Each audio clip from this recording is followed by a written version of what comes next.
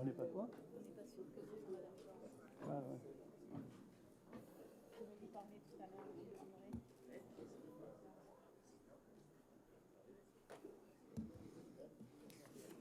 Très bien, je vais donc procéder à l'appel. Donc Jean Denat, Cathy Guyot, Bruno Pascal, Annick Chopard, Rodolphe Rubio, Laurence Emmanueli, Farouk Moussa, Elisabeth Michalski, Christian Somacal, Magali Nissard, Francine Chalmeton, Jackie Pascal, Daniel Salmeron, Christiane Espuche, Bruno Joannet, Chantal Herlachapelle, elle est là, Chantal, oui, Nicole Duquesne, Frédéric Dumas, Mohamed Touami, Alexandre Brignaca, Benjamin Rouvière, Florine Darras, Présente. Jean-Paul Bertrand. Alors Jean-Paul Bertrand a donné pouvoir à Jean Denat.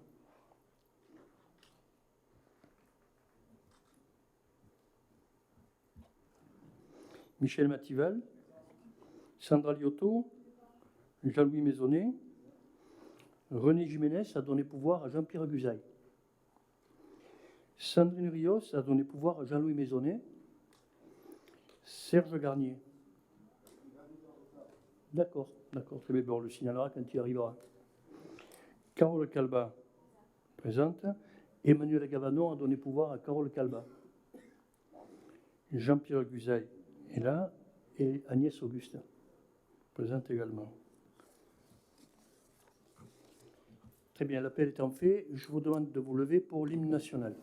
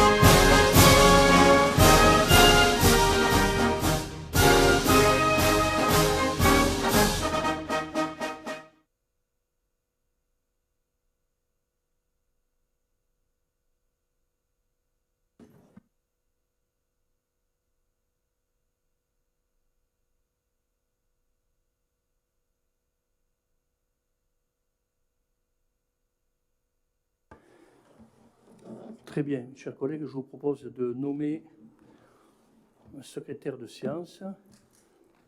En l'occurrence, je vous propose la candidature de Nicole Duquesne. Y a-t-il des oppositions? Alors, pourriez-vous m'indiquer donc la nature des oppositions? Je vous le dis parce que c'est devenu systématique. Au départ, c'était motivé. Pour le compte rendu, je crois qu'il est intéressant qu'on puisse connaître votre motivation.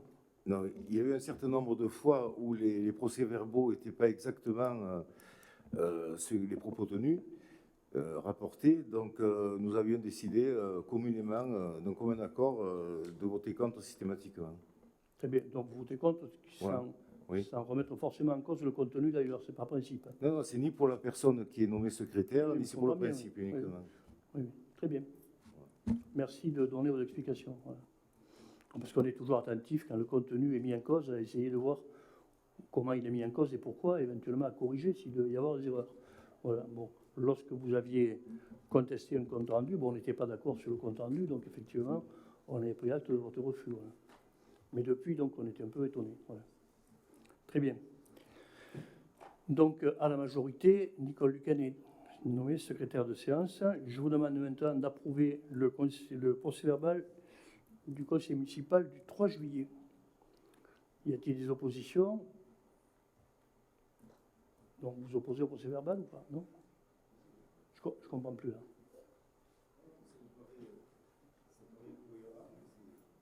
D'accord, bon. Donc vous votez le procès verbal?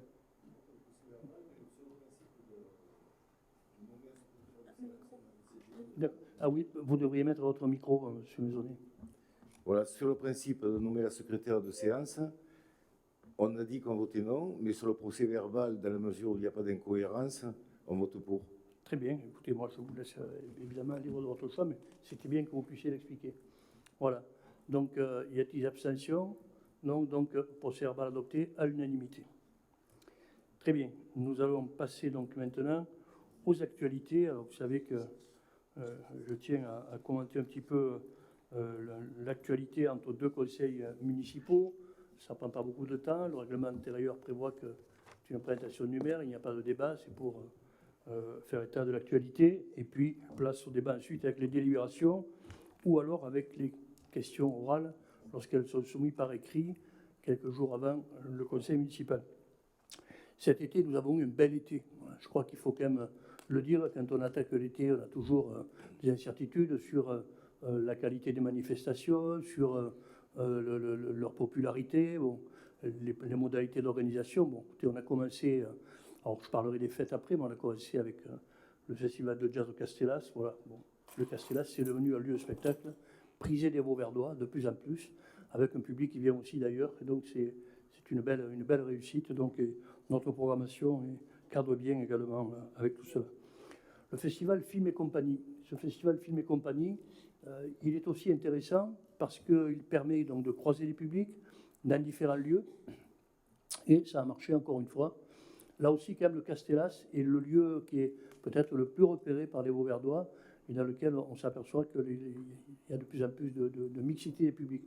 Et puis, je voudrais quand même dire, et notamment, je prends en compte le témoignage du dernier Film et Compagnie au parc de l'Espérion, à quel point donc, les spectacles vivants sont intéressants, importants, et qu'on a eu là quelqu'un qui a expliqué en quoi c'était important que l'on puisse découvrir l'intérêt de maintenir donc, des troupes qui font du théâtre, qui font du cirque, qui font des...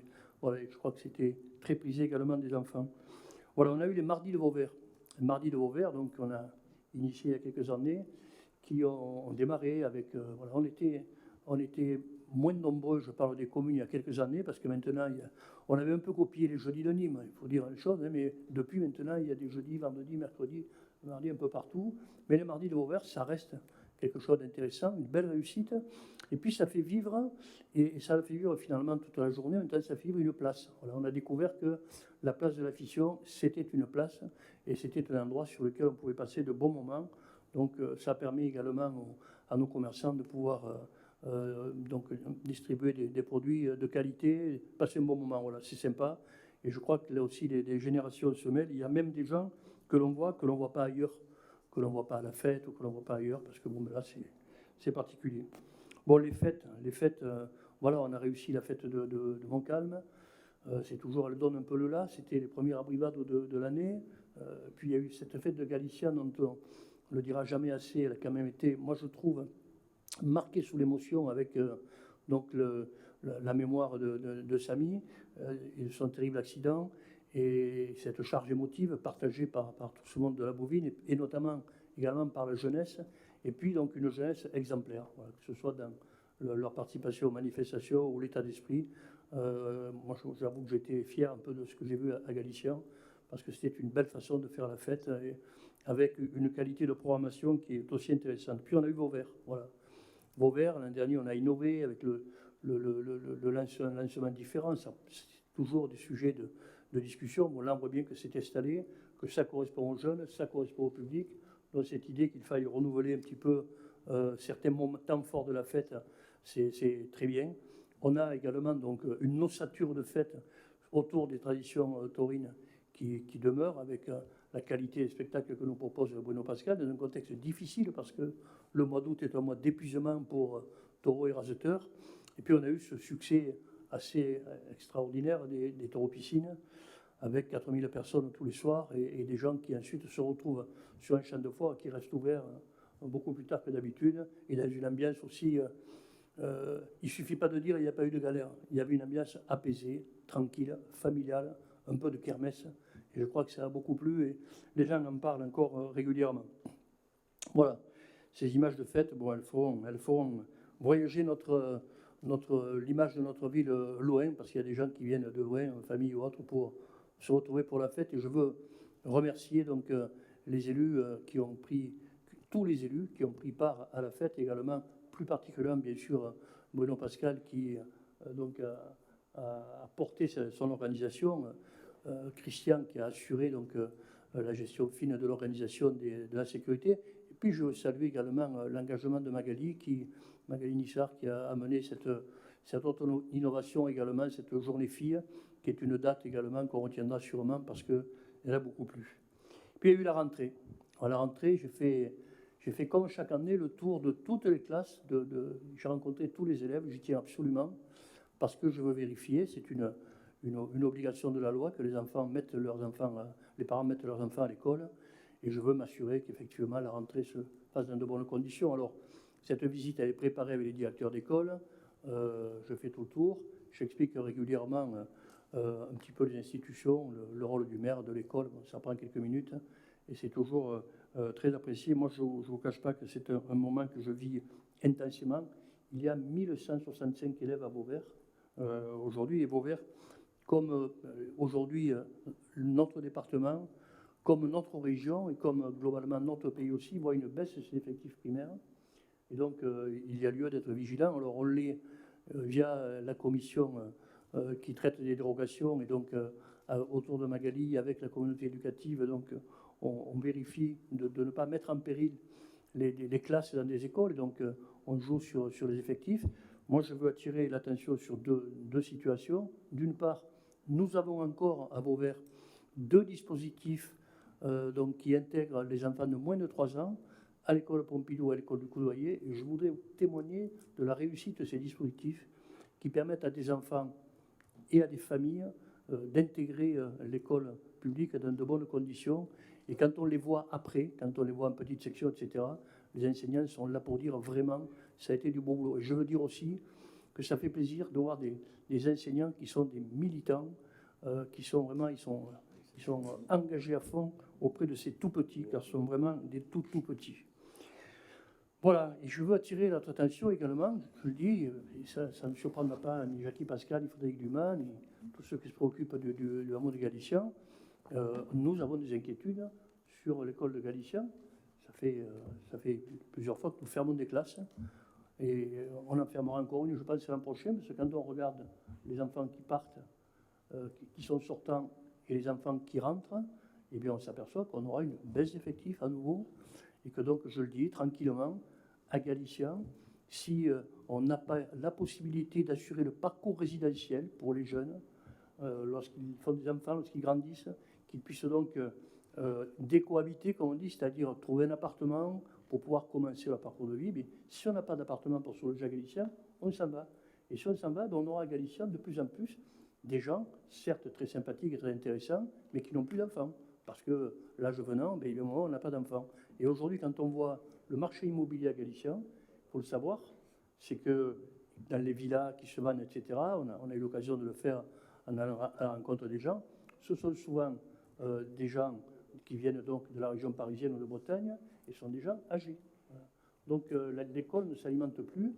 Et moi, je vous le dis, alors c'est peut-être aussi parce que ça a été mon métier pendant plus de 40 ans, l'école, c'est le cœur du village. On ne peut pas avoir un hameau de 1000 habitants et avec une classe unique dans 3 ans, quoi. Donc il faut vraiment s'interroger, se mobiliser pour que l'on puisse donc, c'est ce que nous avons dit avec Magali et avec les représentants des délégués des parents au DAZEN, lorsque nous l'avons rencontré, pour qu'il fasse une école. Mais le DAZEN nous a dit aussi, monsieur le maire, si vous voulez qu'il y ait une école, il faut qu'il y ait des jeunes.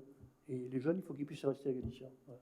Donc on connaît maintenant les enjeux, et je vous en parlerai plus tard, vous verrez que décider qu'il y ait des jeunes ou décider qu'il y ait des logements à Galicien, c'est tout sauf une décision facile. Et c'est tout sauf une décision qui se prend au niveau de Vauvert. Ça va bien au-delà. On a eu ensuite donc la journée des associations.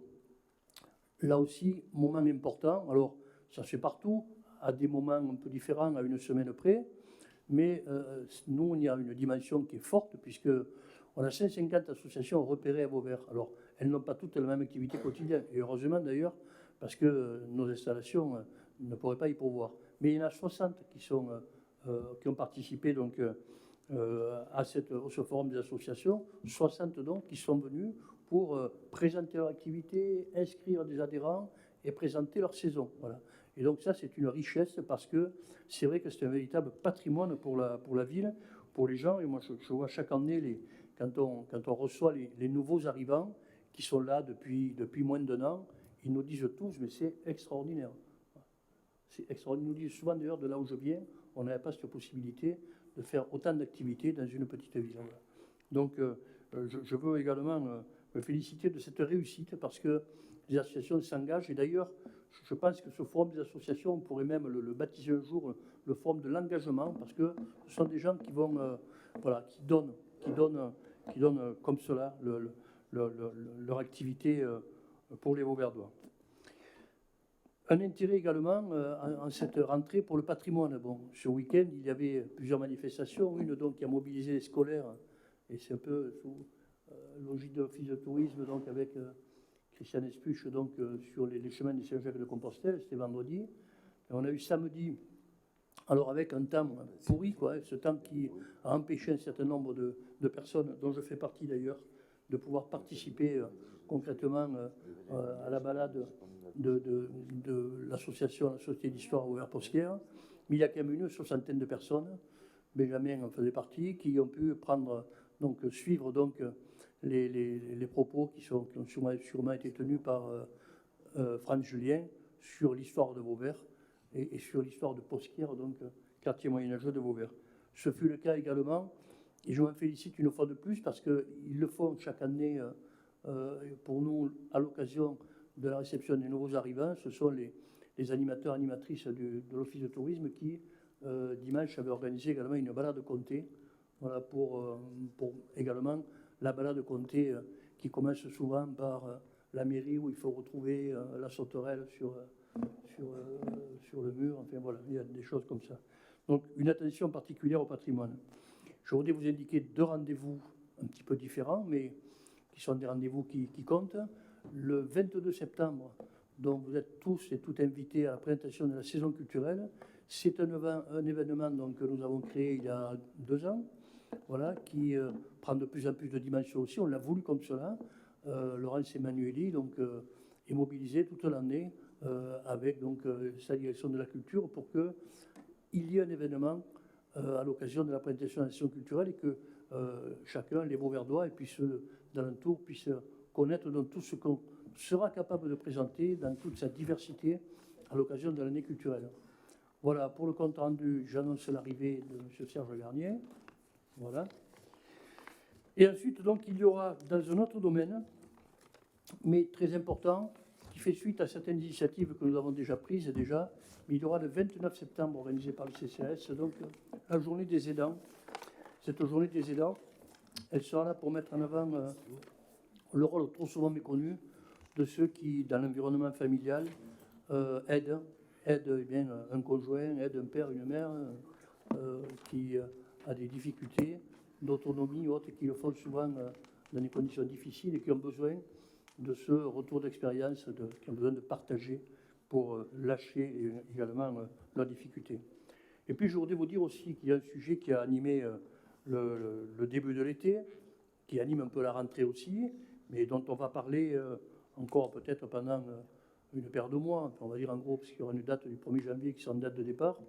Mais c'est donc les suites que nous avons données à l'Assemblée, donc aux assises de la vie associative l'an dernier, Assemblée assises de la vie associative, au cours de laquelle donc les associations, on avait organisé ici dans ce salle Bizet des ateliers, et les associations avaient lourdement insisté sur la nécessité de créer un guichet unique, de regrouper donc les associations, qu'elles soient culturelles, sociales, sportives, etc., en un lieu unique, avec un guichet unique et dans des installations uniques qui soient bien repérées. Alors, comme dans le même temps, il y a certaines situations qui se sont débloquées à la fois au centre social Rive et que nous avons pu donc également faire part de cette volonté au centre culturel, on est engagé aujourd'hui avec nos partenaires institutionnels, c'est-à-dire la caisse d'allocation familiale, c'est-à-dire qui est quand même le porteur également des financements les plus importants, avec le conseil départemental, avec l'État, mais aussi avec toutes les bonnes volontés, c'est-à-dire ceux et celles qui aujourd'hui interviennent au centre social, ceux et celles qui aujourd'hui interviennent au conseil d'administration du centre culturel, plus tous les autres, tous ceux que l'on retrouve dans les assises de l'initiative. Nous sommes engagés dans la création de la maison pour tous. Voilà. Alors la maison pour tous, pour certains anciens, ça rappellera des choses, puisque cette maison pour tous, elle sera au même endroit, c'est-à-dire dans les locaux actuellement occupés par le centre culturel Robert Gourdon. On y retrouvera un guichet unique qui sera un lieu unique fédérateur, centralisation de toutes les associations, voilà, qu'elles soient sportives, culturelles, diverses, sociales, etc. C'est là que vous trouverez donc les interlocuteurs qui permettront donc de mettre des salles à disposition, de porter un projet, de débloquer une situation, d'aider à mettre en place un partenariat. Voilà. Donc ça se met en place petit à petit. Pour cela, on fait appel également donc, au Vauverdois, et nous avons lancé donc, via le site internet et via peut-être des papiers mis à disposition dans les différents lieux d'accueil, donc une grande enquête dont finalement l'épilogue sera le 18 novembre, un samedi matin, la matinée des États généraux de la cohésion sociale, où tout le monde est invité pour venir partager ce projet, cet enjeu, qui se mettra en place donc à compter du 1er janvier. Alors vous l'avez compris, ça impacte à la fois le centre social, mais le centre social, ce qui l'impacte surtout, c'est que son directeur part à la retraite au 30 septembre et qu'il n'est pas remplacé, que des personnes importantes donc également prennent leur retraite, et que donc il y a une évolution qui peut se mettre en place, et que pour le centre culturel, nous avons fait savoir notre volonté de pouvoir donc récupérer les locaux et également faire en sorte qu'on puisse pérenniser dans le temps les activités culturelles qui sont portées aussi, parce qu'il n'échappera à personne que les financements publics sont de plus en plus difficiles à obtenir, et que donc la vie associative en devient de plus en plus fragile. Donc ce sera donc sous l'égide d'un centre social municipal que la maison pour tous sera gérée, portée, accompagnée par la CAF et le conseil départemental, pour lequel, effectivement, pour le centre social, nous aurons à transférer les personnels puisqu'il s'agit d'une municipalisation. Pour le centre plutôt culturel, quant au centre social, eh bien, aujourd'hui, on travaille avec les gens en place pour assurer donc la suite des opérations. Et vous le trouverez dans des enquêtes, dans des délibérations qui apparaissent. Et enfin, 2 points. Je voudrais dire que les actions pour la rénovation de la résidence du Montcalm continuent. On aura là aussi des délibérations à prendre. C'est un long chemin, hein, c'est un parcours. On a acheté des commerces, vous le savez, mais il faut aussi aujourd'hui échanger du foncier, résidentialiser, voilà, puis donc ça avance. Et on s'approche petit à petit de la démolition et on s'approche petit à petit de la construction de nos centres commerciaux. Et puis enfin également, on s'approche du moment où la communauté de communes Petite Camargue, dans le cadre de ma délégation au cadre de vie, donc engagera un bureau d'études sur la mise en œuvre opérationnelle de l'opération programmée d'amélioration de l'habitat sur les 5 centres anciens et d'autres sur le nôtre. Voilà, mes chers collègues, ce dont je voulais vous faire part avant de passer à l'ordre du jour de ce conseil municipal. On y va, note de synthèse numéro 1. Et c'est moi qui la présente, donc vous l'avez vu, donc comme nous, vous avez été frappés par l'importance du séisme subi par le Maroc le 9 septembre 2023. Nous voulons témoigner, comme nous l'avons fait en d'autres temps, cette année d'ailleurs, pour le Mexique, si je ne m'abuse, en février. Pour le Mexique, je pense, oui. Hein, la Turquie, plutôt, pour la Turquie, oui. Le Mexique, c'était les années précédentes. Donc, nous proposons donc une subvention exceptionnelle d'un montant de 3 000 €. Alors, cette subvention, nous proposons de l'attribuer donc à un organisme qui a été mis en place par l'État, par le ministère de l'Europe et des Affaires étrangères, qui s'appelle le FASECO. Voilà. Donc là, on est certain que cette subvention sera utilisée dans de bonnes conditions. Or, j'en profite pour vous dire aussi, parce que ça pourrait devenir, qu'au moment où on mettait en place ce conseil municipal et où on proposait cette aide, il n'y avait pas eu encore assez d'inondations aussi catastrophique en Libye, et que donc nous aurons à traiter de cette situation lors d'un prochain conseil, après avoir évalué les conditions dans lesquelles on peut témoigner une solidarité et les conditions financières dans lesquelles on peut le faire en cette fin d'année. Voilà. Mais aujourd'hui, je vous propose donc cette intervention pour le Maroc. Voilà. Y a-t-il des interventions? Y a-t-il des oppositions? Abstention? Unanimité? Je vous remercie. On passe à notre synthèse numéro 2. Voilà. Et je cède la parole à Farouk Moussa. Merci, monsieur le maire. Donc, il s'agit là de la convention C1047 du nouveau programme national de renouvellement urbain. Donc, dans le cadre de la convention PNRU, que nous avons signée en décembre 2020, cette dernière faisait l'objet d'une clause de revoyure. Donc, lors de la revue de projet 9 décembre 2021, il ressort que la bonne dynamique du projet traduit à la fois sa pertinence et l'implication volontariste de ses acteurs. Dans ce cadre, une demande d'avenant vise à conforter la création d'une nouvelle centralité par la prise en compte d'aménagements complémentaires plus qualitatifs. Donc, nous avons 3 raisons de délibérer en faveur d'un avenant à la convention ANRU. Tout d'abord, la modification validée lors de la revue de projet, le report du lancement opérationnel de la création d'un centre commercial par l'Agence nationale de la cohésion des territoires et la nécessité d'acter les droits d'action logement, bien qu'ils soient égaux à 0. Donc,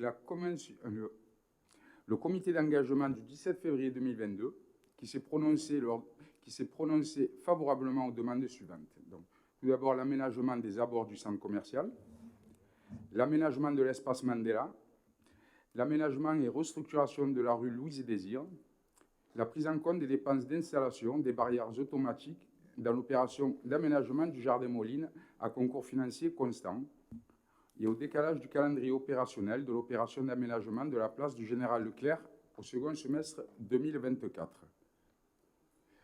Donc, par ailleurs, l'opération de construction de nouveau centre commercial sous forme maîtrise d'ouvrage de la NCT voit sa date de lancement opérationnel décalée.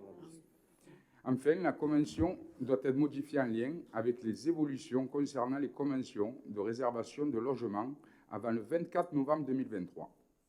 Donc, les contreparties mises à disposition du groupe Action Logement au titre de la présente convention pluriannuelle de renouvellement urbain correspondent tout d'abord à aucune contrepartie foncière n'est mobilisée par le groupe Action Logement, 190 droits de réservation en flux de logements locatifs sociaux correspondant à 57,8% du nombre de logements locatifs sociaux, dont la construction et la requalification sont financées par l'agence. Dans les annexes, vous pouvez retrouver le tableau modifié.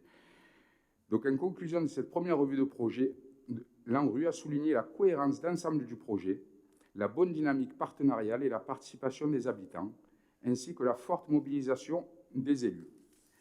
Donc, certaines opérations de la convention sont modifiées, tant financièrement que dans leur planification ou leurs modalités. De plus, l'article 5.2 doit être mis à jour. En conclusion, il y a donc lieu de faire un avenant à la convention ANRU C1047. Donc, je propose au conseil municipal d'approuver le nouveau tableau financier, d'approuver les nouveaux droits à construire accordés à Action Logement Service, d'approuver l'avenant 1 à la convention ANRU C1047 et d'autoriser monsieur le maire à signer tous les documents nécessaires à la mise en œuvre de cette délibération. Merci. Y a-t-il des questions? Alors, s'il n'y a pas de questions, moi je vais donner quelques éléments de réponse quand même. Là, on a l'exemple même à travers notre synthèse de ce qu'est une délibération techno. Voilà.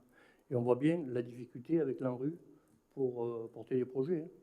On vote quand même les nouveaux droits à construire accordés à l'Action Logement Service. Et si vous avez bien lu notre synthèse, le nombre de logements accordés à Action Logement Service, c'est 0. Mais il faut quand même le voter.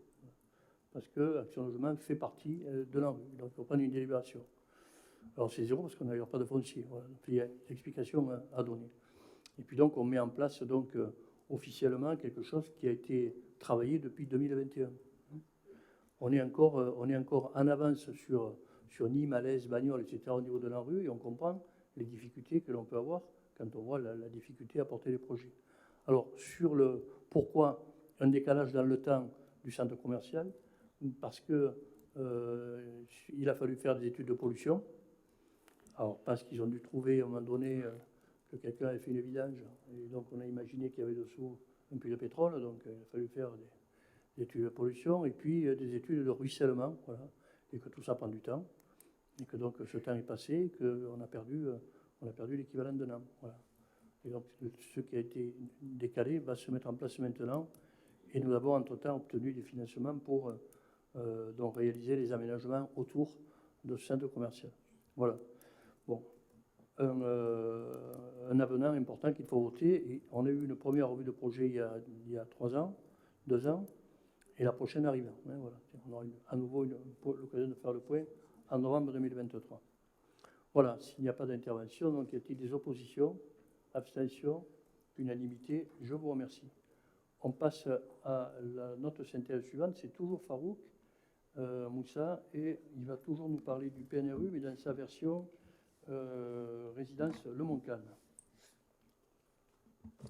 Voilà, comme l'a expliqué dans son préambule monsieur le maire, donc, concernant les travaux qui se déroulent sur le Montcalm avec la partie municipale et la partie en collaboration avec la communauté de communes, donc nous avançons concrètement puisqu'en juillet, la copropriété du Montcalm a validé justement le plan de financement pour les différents travaux.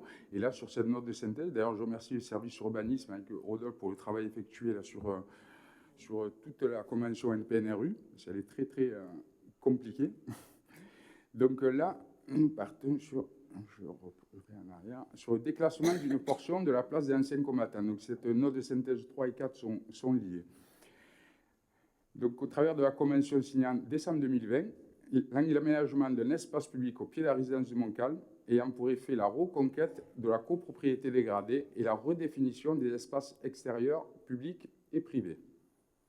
Donc, afin de permettre une meilleure lisibilité des limites entre les espaces communaux et ceux appartenant à la copropriété, ainsi que pour apporter une réponse aux problèmes de vandalisme et aux difficultés actuelles des résidents dans la gestion du stationnement, la commune, en collaboration avec la copropriété du Montcalm, souhaite procéder à la résidentialisation du parking de la place des anciens combattants d'AFN, actuellement public, au profit de la copropriété. Donc c'est un travail qui a été effectué avec le syndic de la copropriété du Montcalm, qui va nous permettre justement de faire un échange foncier. Donc ce projet prévoit des aménagements, et notamment la mise en place d'une clôture avec transparence hydraulique sur toute l'emprise du parking public existant, ainsi qu'un portail.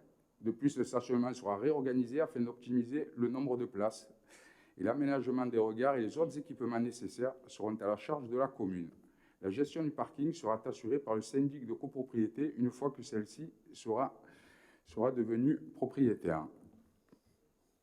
Donc, il y a nécessité de déclassement d'une partie du domaine public communal d'une surface de 472 m² référencée A sur le plan du procès-verbal de délimitation. Le 19 décembre 2022, le conseil municipal a par délibération prescrit le lancement de la procédure de déclassement avant cession de cette portion de la place des anciens combattants d'AFN. La copropriété de l'immeuble, le Montcalm, a approuvé notamment en assemblée générale du 27 octobre 2022 et dernièrement en juillet 2023 cette future acquisition. Et en sa qualité d'acquéreur, elle prendra en charge les frais de passation et de publication de l'acte dont la préparation sera confiée à l'étude notaire Cossière Camargue à Vauvert. Donc, j'avais réglé aussi ces problèmes de réaménagement de stationnement autour de cette place, puisque avec la construction de l'école de musique, l'ensemble au Coudoyer, il y a des problèmes aussi de stationnement. Donc, on voit vraiment ce projet d'ensemble avec aussi la rue Louise Désir qui sera aussi requalifiée. On va gagner un certain nombre de places à ce niveau-là. Donc, je propose au conseil municipal de décider du principe de la désaffectation d'une portion de 472 m² de la place des anciens combattants d'AFN répertoriés au dossier d'enquête publique et référencé A sur le plan du procès-verbal de limitation si annexé, de décider que la prise d'effet de cette désaffection interviendra après la réception définitive des travaux prévus en vue de son réaménagement et de sa résidentialisation, et qu'elle devra être constatée par une nouvelle délibération du conseil municipal dans un délai maximal de 3 ans à compter de la présente délibération, de décider du déclassement par anticipation de la parcelle sur le fondement de l'article 214-1-2 du Code général de la propriété des personnes publiques pour faire entrer dans le domaine privé communal et d'approuver la vente de cet espace au prix de 49 100 € au profit de la copropriété de l'immeuble du Montcalm à Vauvert, hors frais de notaire et de mutation à prendre en charge par l'acquéreur par un acte authentique comprenant l'ensemble des clauses prévues par la présente délibération et de charger le maire d'effectuer toutes ces formalités nécessaires et de signer toute pièce aux effets présents. Donc, on peut voir la cartographie. Je dirais que c'est un des projets phares et normalement les premiers travaux de cette résidence commenceront, il est prévu que cela démarre en janvier 2024, en commençant par derrière la copropriété du Montcalm pour ensuite continuer sur ce qu'on a parlé précédemment, notamment la démolition des commerces et l'acquisition des espaces publics avec un échange foncier. Merci. Les cartes là montrent les échanges, mais pour faire court, la place des anciens combattants que vous voyez avec les pointillés, puis à côté, donc tous les interstices entre les commerces qui sont propriétés de la copropriété. Et que donc on échange contre la réinstallation de la place. Et je rappelle que nous avons pris une délibération, pas la première fois qu'on en parle, pour décider qu'on dénommerait un autre lieu, place des anciens combattants de la FN. Hein, voilà. Bien. Pas d'intervention. Y a-t-il des oppositions? Abstention? Unanimité, je vous remercie. Délibération suivante. Donc, toujours en lien avec la précédente, on est sur l'inverse, concernant le réaménagement du Montcalm. Donc, la commune a décidé par délibération le 27 mai 2021 d'acquérir à pleine propriété par voie amiable d'expropriation les lots à usage commercial à la copropriété du Montcalm, des espaces appartenant à la copropriété situés devant les bâtiments. Donc, comme j'ai dit précédemment, en Assemblée générale, cela a été approuvé par la copropriété. L'acquisition après déclassement d'un terrain communal à détacher de la place des anciens combattants d'AFN au prix de 49 100 € et la vente à la commune d'espaces lui appartenant en pied d'immeuble à un prix identique de 49 100 € hors frais de notaire et de mutation. La commune, en sa qualité d'acquéreur, prendra en charge les frais de passation et de publication de l'acte, dont la préparation sera confiée à l'étude notaire Costière-Camargue à Vauvert. Donc, je propose au conseil municipal de décider de l'acquisition par voie amiable auprès de la copropriété de la résidence Le Montcalm au prix de 49 100 € hors frais de notaire et de mutation et d'autoriser monsieur le maire à signer l'acte d'acquisition ainsi que toute pièce aux effets ci-dessus. Bon, j'avais anticipé, vous l'avez vu en me donnant les deux fois la carte. Bon, vous voyez que c'est pas un échange gratuit puisqu'il faut un montant. Le montant est demandé au domaine. Donc c'est 49 100 € pour vendre le parking et c'est 49 100 € pour acheter l'équivalent entre les commerces. Voilà.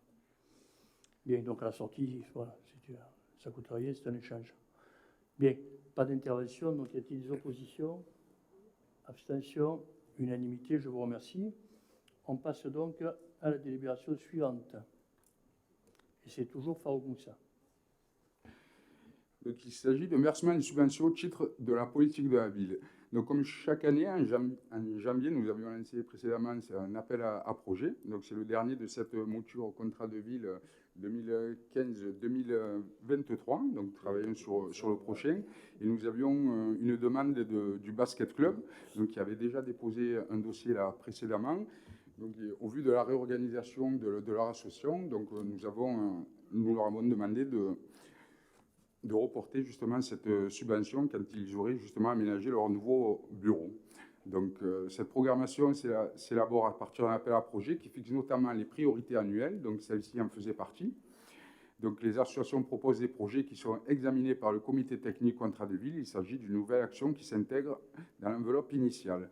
Donc, l'association du basket club donc, a proposé une action sur justement le sport féminin et notamment des actions en pied d'immeuble et autour de la salle des pains avec des tournois de 3 contre 3 de développer encore un peu plus le basket féminin. Donc, je propose au conseil municipal de valider les engagements financiers de la commune pour la programmation 2023 du contrat de ville, d'allouer aux porteurs de projets les subventions mentionnées dans le tableau ci-dessus et d'autoriser monsieur le maire à signer toutes les pièces afférentes à ces dossiers. Merci.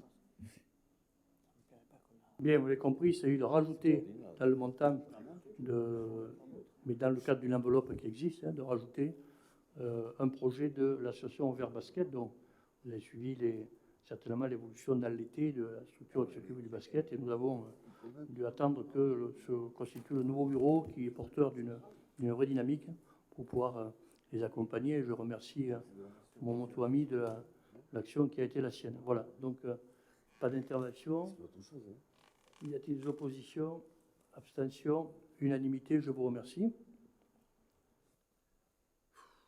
Délibération suivante. Et c'est toujours Farouk Moussa.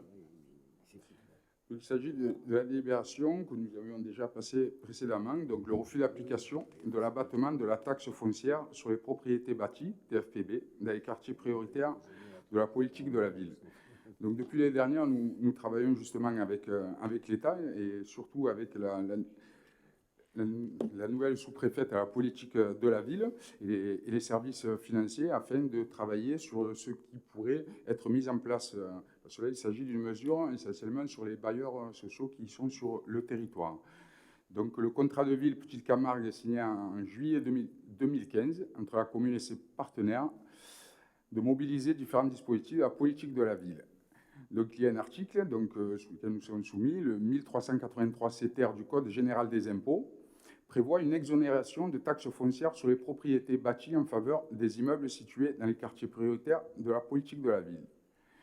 Donc cette exonération est de droit, mais elle peut être supprimée par une délibération régulière et explicite des collectivités territoriales. Donc nous souhaitons poursuivre le dialogue avec tous les bailleurs sociaux éligibles à une exonération de taxes foncières sur les propriétés bâties afin de définir avec eux les modalités d'amélioration des services aux habitants en vue d'une application à partir de 2025.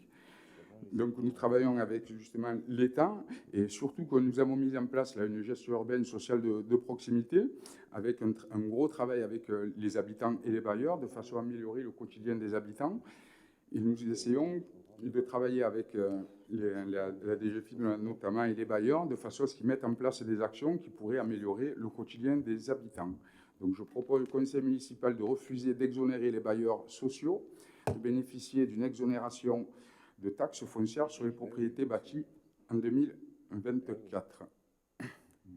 Merci. Voilà, vous l'avez compris, il s'agit de donner du sens à une exonération fiscale. Voilà. Faire en sorte que, comme le prévoit la loi, s'il y a exonération, c'est parce qu'il y a en contrepartie un effort au moins équivalent au montant de l'exonération pour améliorer la qualité de vie des habitants. Et donc nous voulons que les bailleurs sociaux prouvent que cet argent est utilisé pour améliorer la vie des habitants et pas simplement pour améliorer leur trésorerie. Voilà. Donc dans l'intervalle, nous discutons et donc dans l'intervalle, nous refusons cette exonération, voilà, qui était appliquée à l'heure actuelle donc à un bailleur social sur les 3 ou 4 qui interviennent sur Vauvert. Voilà, pas d'intervention, pas d'opposition, pas d'abstention, donc unanimité, je vous remercie.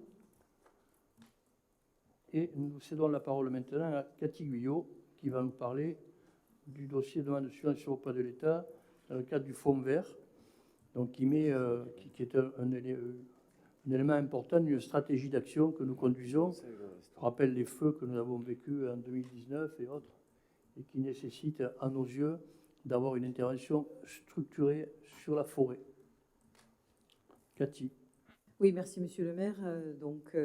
Au mois de juillet, nous avons délibéré pour demander à l'État, donc à travers le Fonds vert, de nous accompagner sur le projet que je vous ai présenté. Donc, il s'agit, comme disait Monsieur le maire, d'intervenir, d'avoir une action globale et structurée sur une grande partie de notre patrimoine boisé, dont on s'est bien rendu compte en 2019 à la suite donc des méga incendies qui avaient démarré sur Générac et qui s'étaient prolongés donc sur notre commune, que nous avions d'abord une multitude de propriétaires, que la forêt communale elle était très éclatée, très éparse, et que donc nous avions vraiment besoin de travailler avec les propriétaires à la protection de cet ensemble boisé. Donc, nous avions commencé à travailler avec la COFOR. La COFOR, c'est l'Association des communes forestières de France, donc avec donc son antenne gardoise, avec la SAFER également. Et donc, nous avons monté ce projet, ce programme structuré qui va durer sur 3 ans et qui va nous permettre petit à petit d'avoir une action sur plusieurs axes. Et c'est donc l'objet de la délibération d'aujourd'hui, puisque le fonds vert, donc la DDTM, nous demande de lister par axe d'intervention donc les actions que nous allons conduire et les financements donc, que nous demandons, les financements correspondants. Donc nous avons identifié plusieurs actions, puisque l'objectif, c'est d'une part de travailler à la création d'une vraie forêt communale, donc rassemblée, remembrée, de constituer peut-être donc des échanges, de faire des échanges ou des ventes ou des achats, des ventes avec donc un ensemble de propriétaires, d'inventorier également les biens vacants sans maître, puisque malheureusement donc dans les successions il y a souvent des espaces boisés qui se perdent et qui restent la propriété de personnes qui sont décédées depuis plus de 30 ans quelquefois, dont on ne peut plus retrouver les héritiers, etc. Voilà, l'objectif, c'est vraiment d'arriver à constituer une vraie forêt communale et de travailler également avec les propriétaires fonciers qui veulent gérer leur bois, travailler ensemble, donc en créant une association foncière et travailler ensemble pour préserver nos bois. Je vous lis très rapidement. Donc, la création de zones de coupe-feu à zone d'aléa fort et très fort, donc d'une largeur de 200 mètres à compter du front urbanisé. Donc, c'est l'axe 5 du fonds vert. On a détaillé l'ensemble des actions. Donc, des acquisitions foncières à l'amiable. Donc, c'est ce que je vous disais. Donc, en ayant identifié les biens vacants 100 mètres pour permettre donc le renforcement du foncier communal. La création d'une association foncière pour équiper le massif en contact avec la zone urbanisée à l'est de la commune, permettre la pérennisation des travaux entrepris et avoir aussi une action de sensibilisation collective aux risques incendie et aux outils qui sont disponibles pour permettre la bonne gestion de la forêt. Donc nous aurons le 17 octobre une réunion publique à la salle Mistral pour présenter donc à la population l'intégralité de cette action. Puis nous aurons le 14 novembre une réunion plus ciblée à l'intention des propriétaires fonciers, donc pour commencer à travailler avec eux sur donc les moyens de mieux entretenir ou de se dessaisir au profit de la commune de leurs biens, de leur bois. Voilà ce que je voulais vous dire. Donc il s'agissait simplement au travers de cette délibération de mieux répartir. Donc nous avions fait une demande globale de subvention et donc de mieux répartir en fonction des axes du fonds vert les demandes de subvention. Et je rappelle donc cette action se déroulera sur 3 ans.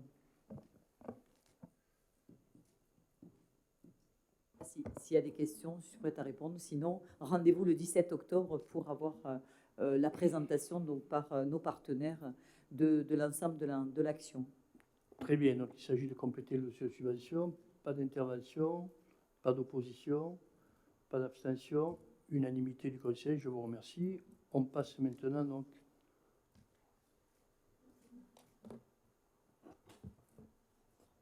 à notre synthèse numéro 8, et là, on est dans une application un petit peu directe de ce qui vient d'être dit, dans du concret, et on retrouve dans le concret Annick Chopard.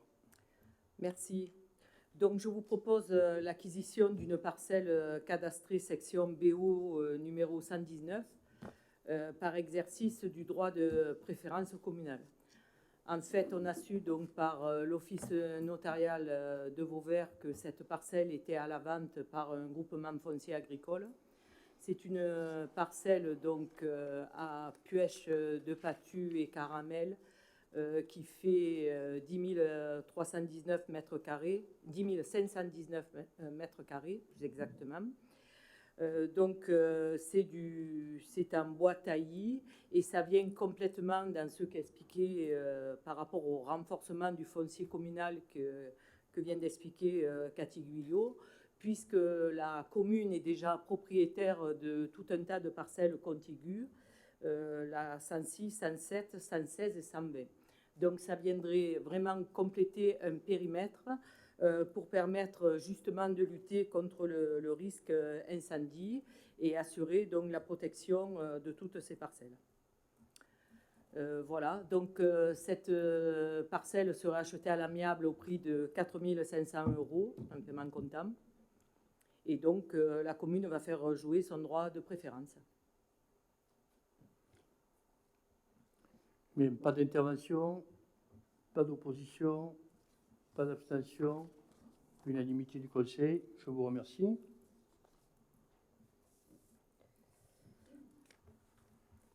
On passe maintenant donc à la délibération numéro 9. Il s'agit de transport scolaire et je donne la parole à Magali Nissa. Merci, monsieur le maire. Donc, pour que l'école de Montcalm puisse continuer à avoir 2 classes, actuellement les effectifs sont de 38 élèves. Des élèves d'autres communes que celle de Montcalm viennent à l'école. Et ces élèves prennent le bus puisqu'ils habitent dans les Masses ou dans les villages voisins. La réglementation de la région à travers donc leur LIO, donc pour que les enfants puissent prendre le car, dit qu'il y a une réglementation d'ayant droit à habiter à moins de 3 km, etc. Donc ces enfants ne rentrent pas dedans. Cela fait plus de 20 ans que la commune offre la participation au transport aux familles pour que les enfants puissent continuer à venir gratuitement à l'école et donc pour qu'on puisse maintenir ces 2 classes-là. Et donc, nous vous proposons dans cette délibération de prendre en charge la majoration des élèves non ayant droit. Et comme cela fait plus de 20 ans, de ne pas y revenir chaque année par délibération, mais d'acter que ça se fera de manière directe, sauf si la réglementation de la région changeait à ce sujet.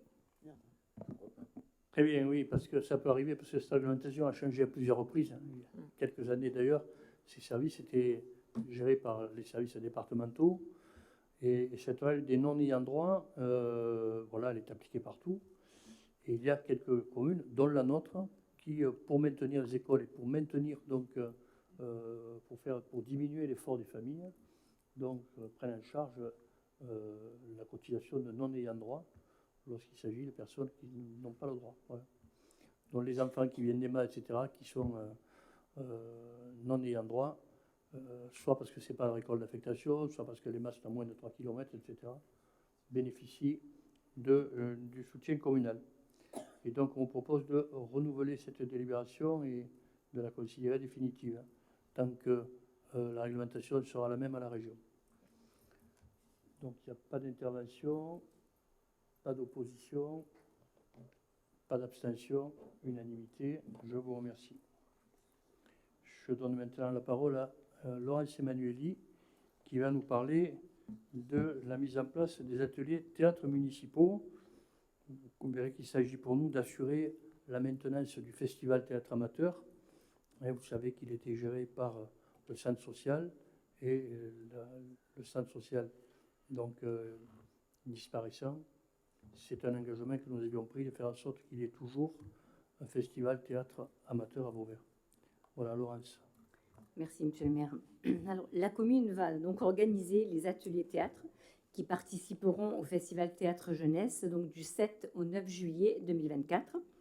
Alors, cet atelier permet la rencontre de jeunes d'horizons différents. Elle favorise la rencontre intergénérationnelle et, bien sûr, elle permet de vivre ensemble leur passion commune, le théâtre. Donc, cette manifestation, vous le savez, elle réunit un large public chaque année qui est content de se retrouver donc pour partager un moment culturel et convivial. Voilà, donc je vous propose d'adopter les tarifs en fonction du quotient familial, allant donc selon les tranches de 39 à 91 € pour les habitants de Vauvert et à 91 € pour les extérieurs. Voilà, il n'y a pas d'intervention, pas d'opposition, pas d'abstention, unanimité, je vous remercie. On passe maintenant à la délibération numéro 11. Voilà. Alors, la délibération numéro 11, donc, il s'agit de créer un poste d'adulte relais, qui est un poste de médiateur. Il s'agit là de donner suite à un poste qui existe déjà aujourd'hui, et dont on ne veut pas qu'il disparaisse. C'est un poste qui était donc sur le centre social et pour lequel donc nous sollicitons le concours de l'État qui en assure le financement à plus de 90%, voire à 100% sur la base du SMIC. Donc il s'agira de poursuivre donc les missions de médiation sociale et culturelle de proximité et donc dans le cadre d'une convention entre l'employeur et l'État. Est-ce qu'il y a des interventions? Des oppositions? Abstentions? Je vous remercie. Je rappelle donc qu'il s'agit de la reprise d'une certaine façon d'un poste qui existe déjà et qui est un titulaire. Ensuite, de la même façon, il s'agit là de mettre en œuvre un contrat d'accompagnement dans l'emploi, CUI-CAE, ce que nous n'avons pas fait jusqu'à présent et que nous n'avons pas l'intention de faire d'une manière générale. Ce sont les nouveaux contrats aidés. Il s'agit là de pouvoir reprendre, et l'État nous en a donné quitus, un CUI-CAE qui est l'emploi d'une femme de ménage, hein, et qui assure aujourd'hui l'entretien de locaux que nous allons récupérer. Et donc on veut pouvoir récupérer son emploi par la même occasion.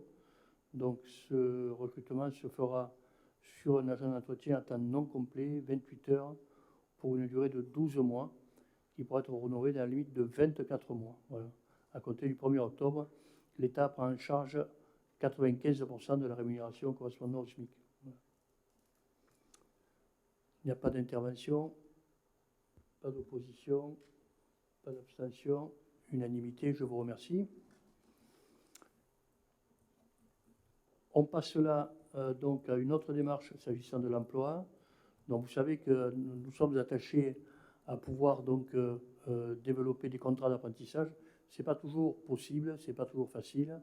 Il faut que les services offerts à la population s'y prêtent. Il faut aussi que dans nos personnels, nous ayons des personnes que l'on peut qualifier de maîtres d'apprentissage, donc qui assurent le suivi de quelqu'un dans de bonnes conditions pour qu'à la sortie, il puisse donc réussir son examen. Nous avions donc jusqu'à présent, s'agissant du service population, donc ouvert les contrats d'apprentissage à 2 types de bacs. Voilà, il s'agit là, par cette délibération, de l'ouvrir un 3e type de bac, parce que nous avons donc la possibilité d'avoir quelqu'un qui souhaite un apprentissage sur ce type de bac, bac pro, assistance à la gestion des organisations et des activités. Et on ne l'avait pas prévu dans la délibération initiale. Voilà. Donc on élargit le nombre de bacs possibles en contrat d'apprentissage pour le service population. Je rappelle qu'il s'agit d'un poste et que la durée de formation est de 2 ans. Et que nous avons les crédits inscrits au budget puisqu'ils étaient inscrits s'agissant des 2 bacs initiaux.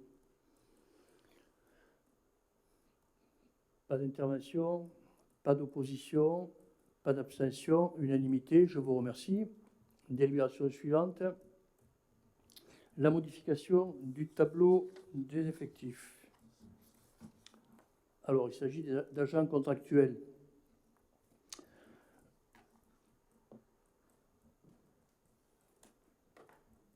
Alors, je me replonge dans cette délibération. Voilà. Donc, un poste d'animateur principal de première classe contractuel à temps non complet, 7 heures hebdomadaires pour une durée de 12 mois, rémunéré sur la base du 11e échelon. C'est le poste que nous créons pour pouvoir assurer la réalisation des ateliers théâtre. Bon, et je ne peux pas dire le nom puisqu'on préserve les trucs, mais tout le monde imagine donc de qui il s'agit puisque c'est la continuité des ateliers théâtre pour assurer le festival théâtre. Voilà. Au 9 septembre. Au 1er octobre, un poste d'adjoint technique contractuel pour une durée de 12 mois, rémunéré sur la base du 1er échelon. Là, il s'agit donc d'un poste qui concerne le service propreté des bâtiments. En fait, c'est le poste qui est le support du CUI-CAE que nous avons adopté tout à l'heure. Ensuite, d'un poste de 7 postes d'adjoint d'animation contractuelle. On pourrait se dire, qu'est-ce que c'est tout ça? Alors en fait, nous avons, lorsque on s'est orienté vers la suppression, la diminution d'activité et la suppression d'activité du centre social Rive, j'avais indiqué une exigence, c'est que je souhaitais absolument que pour les enfants de Vauvert, il n'y ait aucune difficulté, qu'il y ait une complète transparence dans la suite des activités. Et il y a donc, parmi les activités qui étaient conduites, le CLAS, voilà, qui est donc une organisation de soutien scolaire aux enfants, pas forcément d'ailleurs de ceux qui ont le plus de difficultés, mais aux enfants qui ont besoin d'un accompagnement pour faire les devoirs ou pour comprendre certaines situations. Donc le RIV précédemment avait 5 postes de classe qui était validé par la CAF, puisque c'est la CAF qui les rémunère.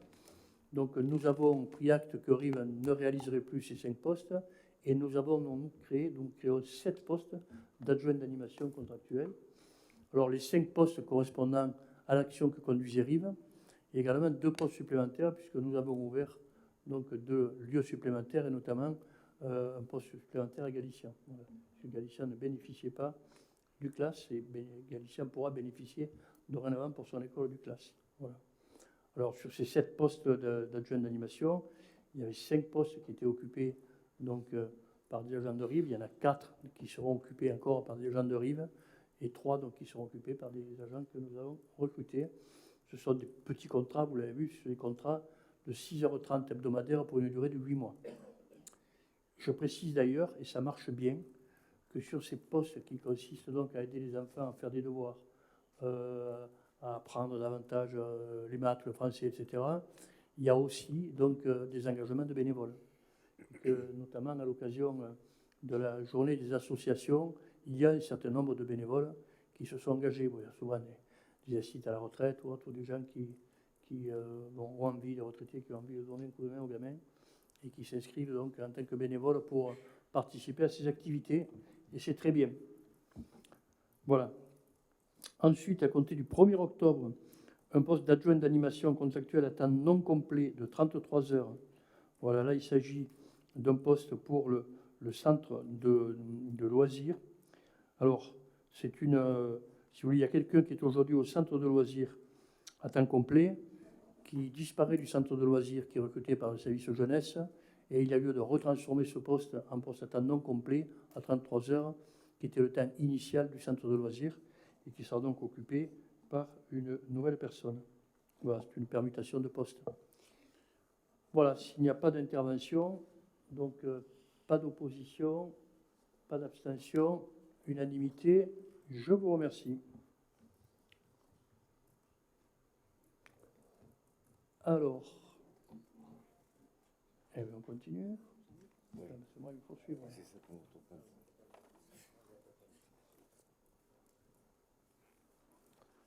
Alors, là, on est sur une opération qui est engagée, qui est programmée, préparée depuis 18 mois, qui va aboutir au 1er janvier. Et on est dans une période un petit peu d'intérim, de fluctuation. C'est une nouvelle organisation des services municipaux. Les services municipaux doivent régulièrement faire l'objet de ce qu'on appelle une GPEC, gestion prévisionnelle des effectifs et des compétences.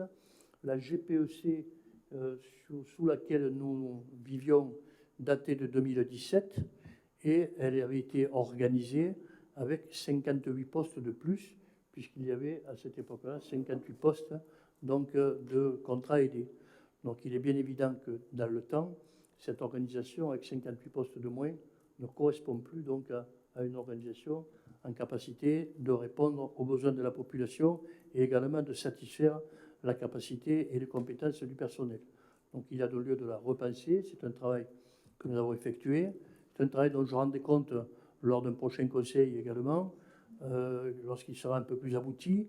Et aujourd'hui, donc, nous avons par anticipation, pour pouvoir éventuellement donc, démarrer avec des emplois contractuels, si toutefois nous n'avions pas d'emploi statutaire, la nécessité de créer 2 postes, donc, qui viendront remplacer ou suppléer des postes aujourd'hui existants ou qui seront transformés. Nous avons donc à créer un emploi de directeur du centre technique municipal à temps complet à compter du 1er novembre 2023 pour coordonner et animer l'ensemble des services techniques opérationnels de la collectivité, participer à la définition et à la mise en œuvre des orientations et stratégies de maintenance, entretien et de gestion du patrimoine des espaces publics de la collectivité. Ce sera la fonction. Alors aujourd'hui, on a une direction des services techniques. On aura donc, au lieu d'une direction des services techniques, un centre technique municipal. Et nous aurons à côté de cela une direction de l'urbanisme, de l'aménagement et de la transition écologique, qui est un élément donc, que nous rajoutons dans les responsabilités des cadres. Donc, et nous rajoutons également à l'urbanisme l'aménagement, c'est-à-dire l'aspect opérationnel des projets d'aménagement que nous portons. Donc là aussi, création d'un emploi de directeur de l'urbanisme et de la transition écologique à temps complet à compter du 1er novembre 2023 pour coordonner et animer l'ensemble des services de la collectivité intervenant dans le champ du territoire communal. Donc, si nous avons ouvert des postes, ces postes ont été ouverts avec une fiche de poste qui a été publiée. Il y a des candidatures internes et externes qui sont reçues. Et donc, il y aura, dès que possible, nomination d'un directeur ou d'une directrice du centre technique municipal et d'un directeur ou d'une directrice de l'urbanisme, de l'aménagement et de la transition écologique. Voilà. Si c'est quelqu'un qui est fonctionnaire et qui mute, on n'aura pas besoin de ces postes-là. Si c'est quelqu'un qui est contractuel, on aura besoin de ces postes que nous créons aujourd'hui. Voilà. Et donc, et je tiens à vous signaler, par exemple, pour l'anecdote, que les candidats retenus au poste de directeur du centre technique municipal à temps complet, qui était au nombre de 9, nous avions reçu 16 candidatures, on en a reçu 9, et ces 9 candidats ont passé une épreuve écrite cet après-midi. Voilà. À la lecture et à la correction de l'épreuve écrite, nous déterminerons qui sera appelé à passer devant un jury. Et donc, les décisions approchent. D'ici la fin octobre, nous saurons qui assurera cette direction. Et pour le reste, c'est en cours également. Voilà, sur la création de ces 2 postes. Y a-t-il des interventions? Y a-t-il des oppositions? Très bien, donc 8 oppositions. 8 oppositions, donc à la majorité.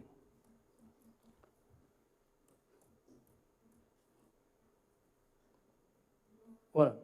Alors, toujours dans le cadre des dispositifs d'emploi qui ont trait, soit, donc, on l'a vu à la GPEC, soit là, pour ce qui concerne donc les postes liés, donc, notamment là, à la reprise du centre culturel.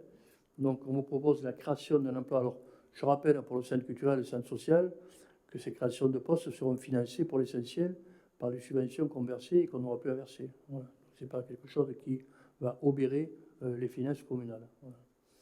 Donc, création d'un emploi contractuel de directeur du centre social, culturel et sportif de Vauvert, donc qui gérera la maison pour tous, à temps complet à compter du 1er octobre, relevant de la catégorie hiérarchique A, afin de mener à bien la mise en œuvre du projet social.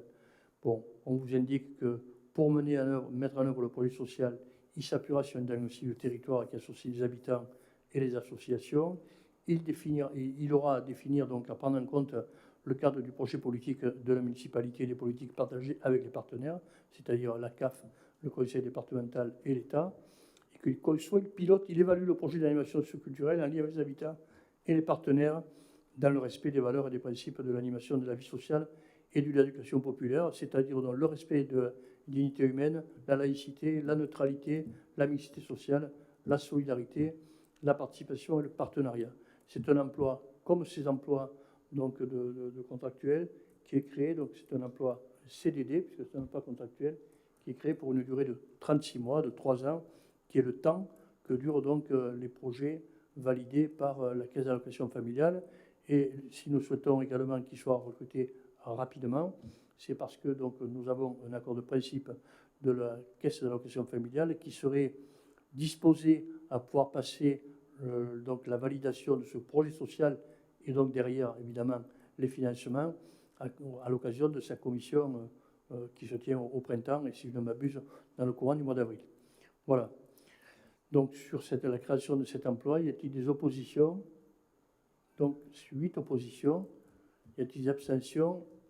Donc, à la majorité, je vous remercie. Alors, on est ensuite maintenant sur la modification du tableau des effectifs des emplois statutaires. Là, il s'agit de faire face donc, à des départs à la retraite de personnel.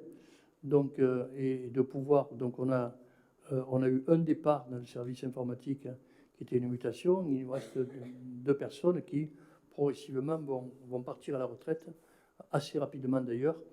Donc, nous vous proposons la création d'un emploi permanent de chargé des études et applications des systèmes informatiques à temps complet à compter du 1er novembre. Cet emploi sera pourvu par un agent relevant de la catégorie B, accessible selon les conditions de qualification définies par le statut, la filière administrative ou technique, à des cas d'emploi de techniciens territoriaux ou de rédacteurs territoriaux. On a ouvert le champ large dans le domaine de l'informatique aujourd'hui. c'est pas aussi simple que ça pour recruter, hein. Voilà. Et ensuite, donc, un emploi permanent de chargé des équipements et services des systèmes informatiques à temps complet à compter du 1er novembre 2023. Cet emploi sera pourvu par un agent relevant de la catégorie B, également dans les mêmes conditions. Alors, vous l'avez compris, il y en a un qui sera chargé des études, de la conception du système et de son organisation, alors que l'autre sera chargé de la maintenance des équipements. Voilà. En remplacement des personnes qui occupent à l'heure actuelle ces fonctions. Y a-t-il des oppositions, des abstentions?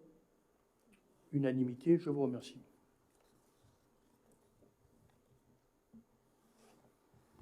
Et on en aura peut-être terminé avec... oui, après c'est terminé. Donc avec la RH, donc, qui constitue quand même le cœur important de ce service, de ce conseil municipal. Donc il s'agit là de venir compléter également, suite à des départs à la retraite. Donc on manque aujourd'hui de 3 postes, hein, de gens qui sont partis, qu'on n'a pas remplacés pour l'instant, mais on n'arrive pas, donc on ne tient pas sans les remplacer rapidement. Notamment, donc, on va le voir donc, au service juridique et au service RH. Alors au service juridique, il s'agit de créer un emploi permanent de chef de service juridique à temps complet à compter du 1er novembre 2023. Cet emploi sera pourvu par un agent relevant de la catégorie B, accessible selon les conditions définies par le statut, etc. Ensuite, également donc, un poste d'assistant juridique de catégorie C, accessible selon les conditions de qualification. Voilà pour le service juridique, donc la création de ces 2 postes. Ensuite, donc, je rappelle que le service juridique est aujourd'hui donc dirigé par un attaché territorial qui a vocation à devenir attaché principal d'ailleurs. Et ensuite, donc, un emploi permanent de gestionnaire des ressources humaines à temps complet. Il s'agit là donc de combler donc un poste vacant depuis quelques mois dans le service RH et qui amènera d'ailleurs certainement une forme de réorganisation de la RH pour prendre davantage en compte la gestion des carrières du personnel. Voilà. Y a-t-il des oppositions, interventions? Y a-t-il des abstentions? Unanimité, je vous remercie. Et je cède la parole maintenant à Nick Chopard, qui ne s'occupe pas que du patrimoine ni des finances, mais qui s'occupe aussi des réseaux. Oui, donc merci Monsieur le maire. La commune a été destinataire donc en juillet 2023 d'une demande d'établissement de servitude de réseau sur l'électricité, les réseaux d'eau potable et d'assainissement, sur une parcelle CW 305 qui est suite à une succession au Maspré à Galician.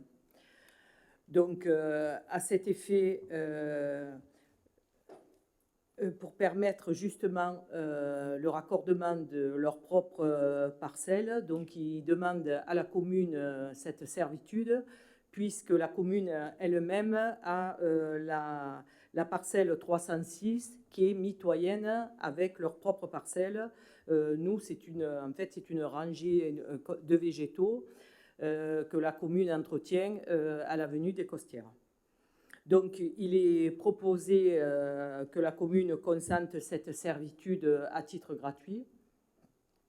Bien sûr, on sera vigilant des travaux qui seront effectués dans le respect des règles de l'art, des préconisations des services municipaux et des contraintes surtout liées à la configuration du terrain. Voilà, donc bien sûr, cette servitude passera par un acte notarié qui sera donc à la charge du pétitionnaire, du demandeur, aux frais du bénéficiaire. Voilà. Oui, il y a eu la carte où on voit justement où est la parcelle 305 et la commune a juste en parallèle de la voie la parcelle 306 qui est mitoyenne. Très bien. Il n'y a pas d'intervention, pas d'opposition, pas d'abstention, unanimité. Je vous remercie. Et nous allons passer maintenant au chapitre finances. Merci. Oui, l'adoption de la nomenclature budgétaire et comptable, donc M57, au 1er janvier 2024. Vous saviez que les collectivités avaient le choix de soit passer sous cette nomenclature au 1er janvier 2023. Nous, la commune, on a fait le choix d'attendre un peu et donc on prend une délibération aujourd'hui pour donc y passer au 1er janvier 2024. Donc ça harmonise au niveau national l'ensemble des nomenclatures. Ça permet que maintenant toutes les collectivités auront les mêmes règles budgétaires qui sont donc assouplies dans la M57 et donc ça entraîne une plus grande marge de manœuvre aux gestionnaires. Donc ça modifie en quoi? Sur 3 points principalement. D'abord sur la gestion pluriannuelle des crédits. Donc ça renforce les autorisations de programme et les autorisations d'engagement qu'on faisait déjà.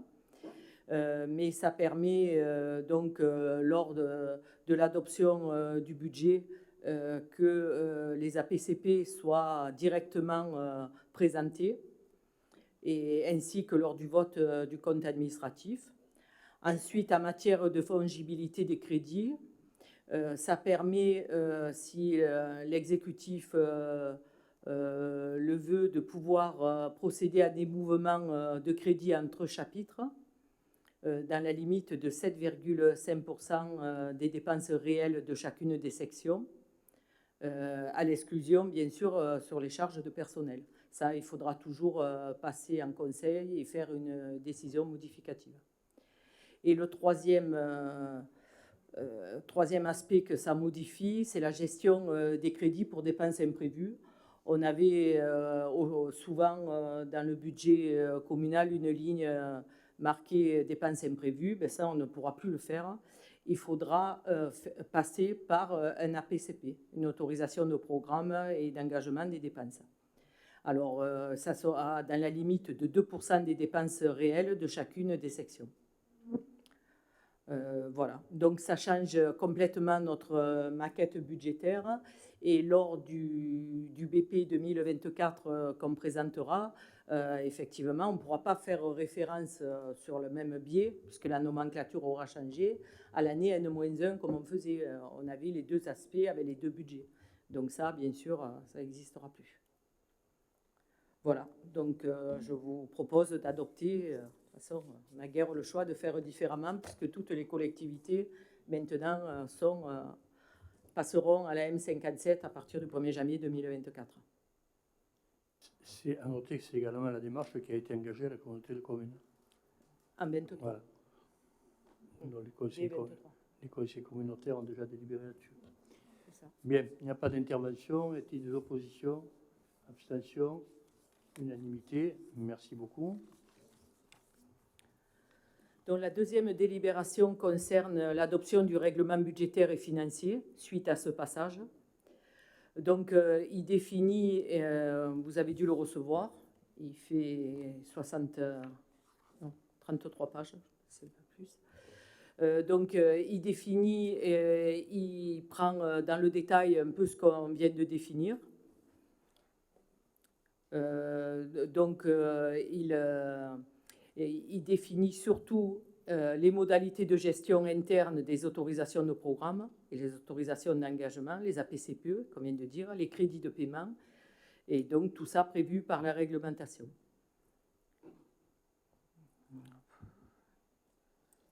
Voilà. Pas d'intervention. S'il n'y a pas de questions sur ce règlement. Abstention. Unanimité, merci. Et la troisième délibération concerne la fixation du mode de gestion des amortissements et des immobilisations en M57. Effectivement, précédemment, lorsque un bien était acheté en cours d'année, on ne pouvait pas l'immobiliser sur l'année en cours. Donc, on l'immobilisait à partir de l'année N-1, N+1, l'année suivante. Là, en fait, on pourra le faire immédiatement. Par exemple, si on achète quelque chose au 1er avril, on pourra amortir dès la première année les 9 mois qui concerneront cette année-là, pour ce bien-là. Donc, ça permet l'immobilisation au prorata temporis. Donc ça, et ensuite, le changement, c'est quand on achète un bien de faible valeur, si le coût unitaire est inférieur au seuil de 1 200 € TTC, et bien ce bien de faible valeur, il sera amorti en fait en une annuité au cours de l'exercice suivant l'acquisition. Donc là, on reviendra à l'année N+1 comme précédemment. Voilà. Ensuite, sur l'ensemble des immobilisations, on a tout un tableau qui en fait nous a été fourni par le trésorier sur sa proposition, avec les durées chaque fois concernant les biens, la durée d'amortissement pour chacun d'entre eux. Voilà. Très bien, donc sur la fixation du niveau de gestion des amortissements et des immobilisations en M57, pas d'intervention, pas d'opposition, pas d'abstention, donc unanimité du Conseil, je vous remercie. Délibération suivante, la première décision modificative du budget principal. Voilà, donc concernant le budget d'investissement, on vous propose une décision modificative à hauteur de 283 400 € et surtout pour régulariser les avances consenties à la Ségare pour la réalisation des travaux d'extension de la gendarmerie et de la construction de la maison de santé pluridisciplinaire. Donc, vous avez en section de dépenses en investissement au chapitre 20, une étude photovoltaïque sur la toiture pour 3 840 €. Au chapitre 21, deux dépenses en moins à hauteur de 16 380. Au chapitre 23, des travaux de voirie sur le PUB 2 au Moulin de l'Or pour 46 840. Et ensuite, au chapitre 27, une caution concernant un appartement loué pour les maîtres nageurs pour 600 €. Et ensuite, donc, ce que je vous expliquais, au chapitre 041, concernant l'avance pour travaux, la construction de la MSP pour 250 000 €. Donc, un total de dépenses en investissement de 283 400. On vote à la fin. Bon. Donc, les recettes équilibrées par un même montant de recettes. Au chapitre 10, donc, une taxe d'aménagement encaissée pour 13 280 €. Des subventions d'investissement, donc 2 subventions de la CAF non inscrites pour 3 820 et une subvention de la région pour 15 700 € pour des travaux d'ADAP. Ensuite, au chapitre 27, donc, on retrouve la caution de logement des maîtres nageurs pour 600 € et on retrouve les opérations patrimoniales pour les 2 acomptes versés, à la fois sur le chantier gendarmerie pour 100 000 € et sur le chantier de la maison de santé pour 150 000 €.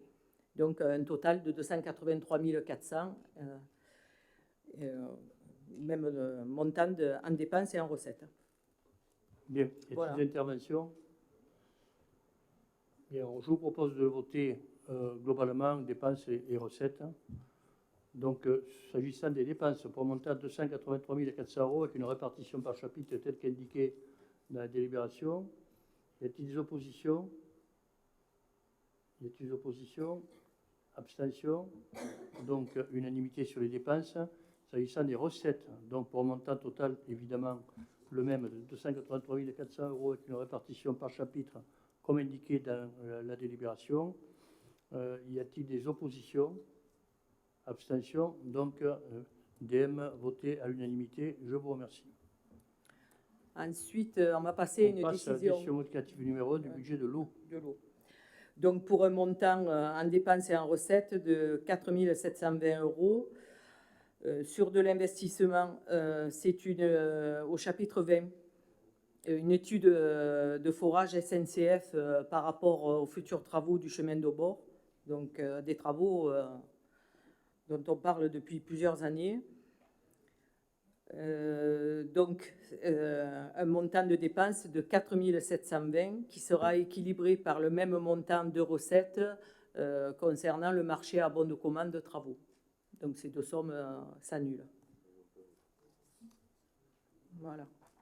On fait voter. Il s'agit d'une étude de forage SNCF qui est importante pour assurer le passage de l'eau donc, sur le pôle des Cossières derrière.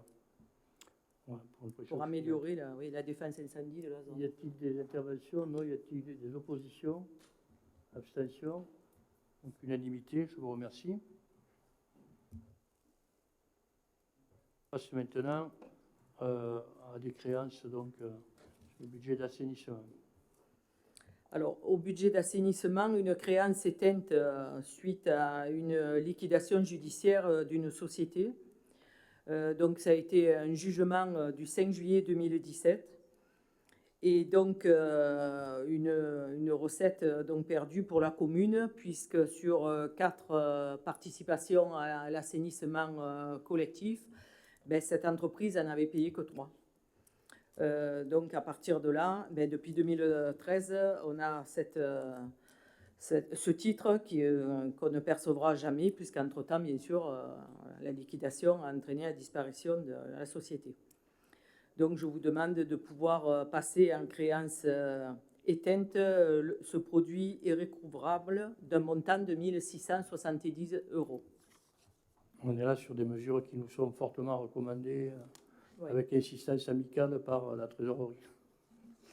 Bien, pas d'intervention, pas d'opposition, pas d'abstention, unanimité, je vous remercie. Et là, vous allez voir quand même, là, c'est un peu le pompon quand même. On est français quand même. Donc là, c'est une admission en non-valeur. Là aussi, le passage aussi à la M57 entraîne que beaucoup de comptes sont remis à jour. Donc, quand il reste quelques centimes, ben, voilà, il faut passer en perte et profit. Donc là, on a une somme irrécouvrable de 2014 pour 14,97 €. Et ensuite, on a 2 titres non plus que, bon, on n'encaissera pas, de 2019 pour 0,01 €. Une différence sur une attestation d'un montant de TVA. Et pareil, un deuxième titre, pareil sur la même année, 0,01. Donc, je vous demande donc d'admettre en non-valeur la somme totale de 14,99 €. On admet donc en non-valeur 2 titres redevables par la SOR de 1 centime d'euro. Voilà, pour gérer notre comptabilité. Bien. Ouais. Oui, on supprime des lignes, non, mais évidemment, on supprime des lignes, on peut imaginer qu'on les supprime autrement, mais bon, c'est comme ça. Bien, pas d'intervention, donc pas d'opposition, pas d'abstention, unanimité, je vous remercie. Donc il s'agit, et maintenant je vous rappelle, donc c'est la fin du conseil municipal, vous avez donc reçu les décisions du maire, il n'y en avait pas beaucoup d'ailleurs cette fois-ci. Est-ce que vous avez des questions à poser sur ces décisions? Oui, Jean-Louis Maisonnet. J'aimerais que vous nous donniez des explications un peu sur le problème d'infraction à l'urbanisme attribué à Michel Ramusa. Oui. Alors, il s'agit de mémoire, hein, je ne vais pas vous donner une explication technique, mais il s'agit de mémoire, donc de travaux qui ont été effectués non conformément à la règle, c'est-à-dire qu'il y a une DP, une déclaration de travaux qui a été effectuée, une déclaration préalable. On est sur un secteur agricole où lorsque l'on veut modifier ce qu'on appelle un masé, il y a des règles qui s'imposent, hein, par exemple, on ne doit pas dépasser 30% de la surface, etc. Et donc, ce qui a été réalisé par M. Ramusa n'est absolument pas conforme, puisqu'en fait, il a agrandi, il a doublé la surface du masé initial, il a démoli sans avoir autorisation de démolition, il a démoli après avoir construit notre bâtiment à l'extérieur. Voilà. Donc, on l'a reçu à plusieurs reprises. Et donc là, ça ne peut être traité que par la justice, qui déterminera dans quelles conditions ce bâtiment peut ou pas être régularisé. Voilà. Là, on est complètement dans une infraction au code de l'urbanisme, pour lequel donc, le maire n'a pas d'autre possibilité que de faire appliquer la règle. Bon, concernant ces infractions au code de l'urbanisme, bon, tout le monde peut remarquer que, bon, je dirais que M. Ramusa n'a pas eu de chance, puisque je ne sais pas s'il a été dénoncé ou s'il a été, je ne sais pas comment ça a fonctionné, cette appréhension.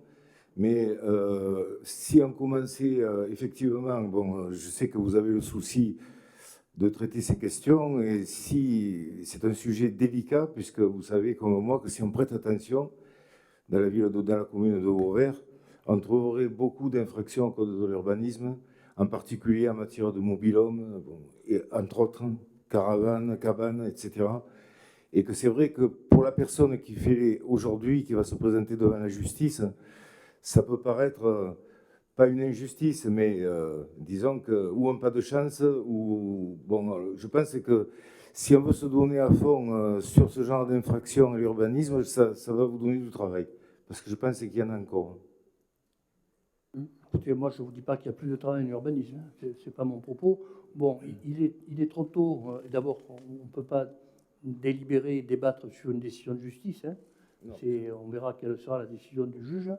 Après, bon, moi, je suis représentant de l'État dans la commune. Je n'ai pas d'autres règles à mettre en place que celle du respect de la règle. Voilà. Donc, qu'il y ait des gens aujourd'hui qui ne soient pas en règle, bien sûr, mais chaque fois que nous avons l'occasion de faire en sorte que ce soit la règle qui s'applique, nous le faisons. Alors, comme vous l'avez suggéré d'ailleurs en début de votre propos, souvent dans les affaires d'urbanisme, c'est des affaires de dénonciation. C'est des courriers qu'on reçoit, des voisins, des gens qui ne sont pas d'accord, de concurrents, etc. Donc, et qui vous mettent en demeure de solliciter le procureur de la République simplement pour faire appliquer la loi. Voilà. Et quelquefois, d'ailleurs, si on considère que vous ne le faites pas, c'est la commune qui est attaquée, voilà, parce qu'elle ne fait pas respecter la loi. Voilà. Donc, moi, je dis simplement que dans cette affaire-là, voilà, il y a une infraction qui est... Il y a des fois des choses qui sont interprétables, à la limite. Il y a des fois des infractions qui sont caractérisées. Là, on est sur une infraction qui est caractérisée. Voilà. Je ne porte pas de jugement moral dessus, je porte un jugement technique et factuel sur une infraction au caractère donc, agricole de cette zone-là et du bâtiment en question. Voilà.